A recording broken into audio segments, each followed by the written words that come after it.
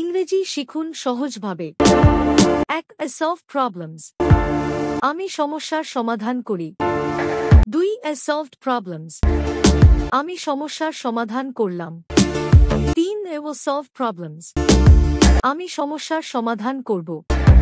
4. I am solving problems. আমি সমস্যার সমাধান করছি। 5. Have solved problems. আমি সমস্যার সমাধান করেছি। 6. I can solve problems. আমি সমস্যার সমাধান করতে পারি।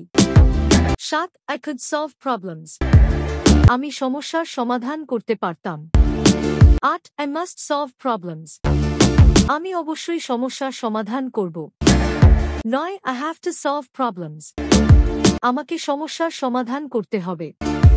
10. I need to solve problems. আমার সমস্যার সমাধান করা দরকার। 11. I may solve problems.